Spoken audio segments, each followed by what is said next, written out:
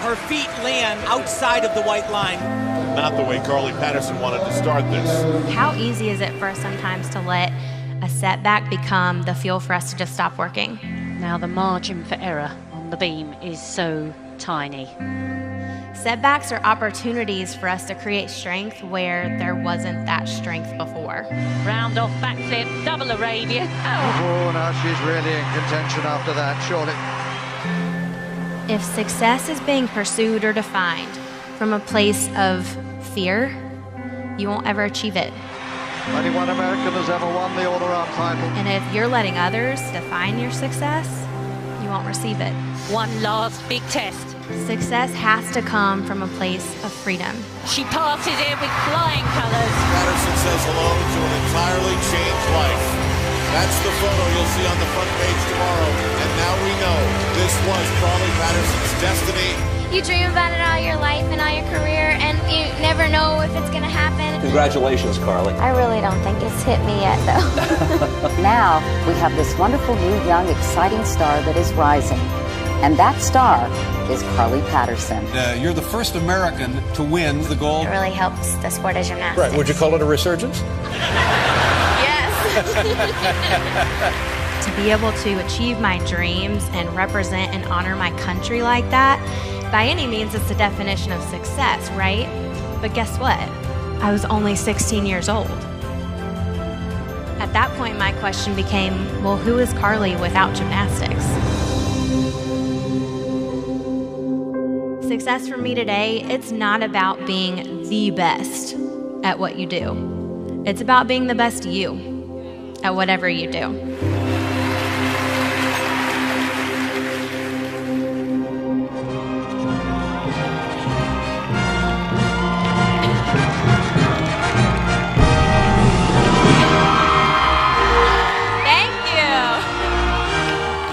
Carly Patterson, 2004 Olympic all-around champion.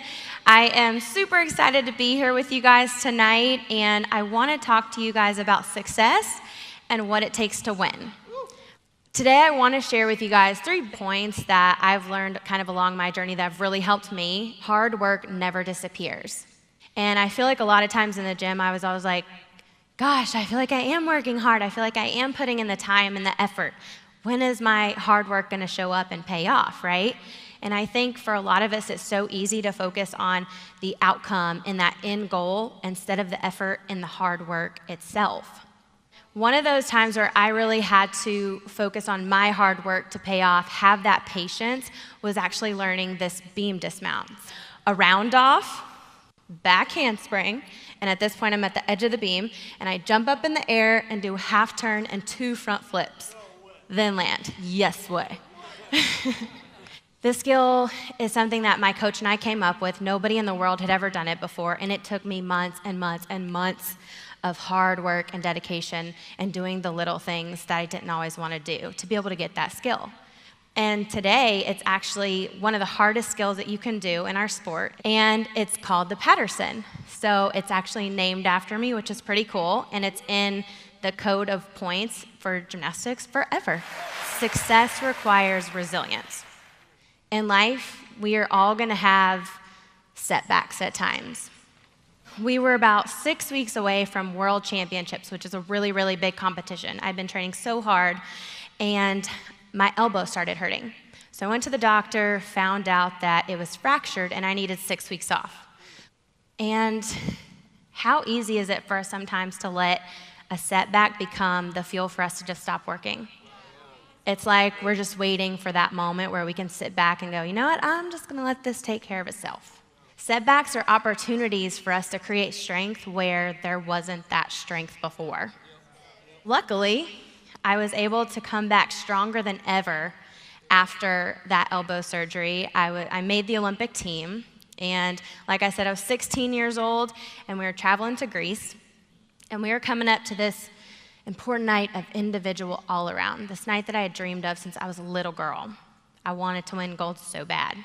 The stage is set, the lights are on, and vault is up first. So I do a really good vault, but we have these 2 white lines that are on the landing mat, and you're supposed to land inside them. Well, I landed with both feet right outside them, and they killed me on my score. I knew that at that point, I was gonna have to dig deep and do the best bars, beam, and floor routine I had ever done in my life if I wanted a chance at that gold. I was always taught to never take a mistake or a fall into the next event or the next competition, to always look at that next thing as a fresh start. It's not over till the last landing. That's easier said than done though, right? How many times do we let a bad past experience maybe tarnish a future one? I had no choice but to look at these next 3 events as a fresh start. So I go to bars, I do an awesome bar routine, I stick my landing, gives me some confidence going into beam, and beam was my best event, my favorite event, and it was my opportunity to nail the Patterson. And to be able to stick that dismount and do that kind of a routine when it mattered most and not let the fear and the pressure get to me was one of my favorite moments of that night, and I'll cherish that as much as winning the gold. Because like I said, I didn't let that pressure and that fear get to me. Success must come from a place of freedom, not fear. So before the Olympics, I wasn't, the popular kid in school. People didn't know my name or know who I was. But after I got back from the Olympics, everybody knew my name. Everybody knew who I was. And I got recognized everywhere I went. But as quick as that fame came, that's exactly how fast it went away. And my life was really changing after that, because a couple years had gone by and I had to retire due to a back injury. My entire identity, my entire life wrapped up in this sport. At that point, my question became, well, who is Carly without gymnastics? So I felt really lost, really empty, and kind of like I didn't have a purpose for a while. What did I decide that I wanted that new path to be?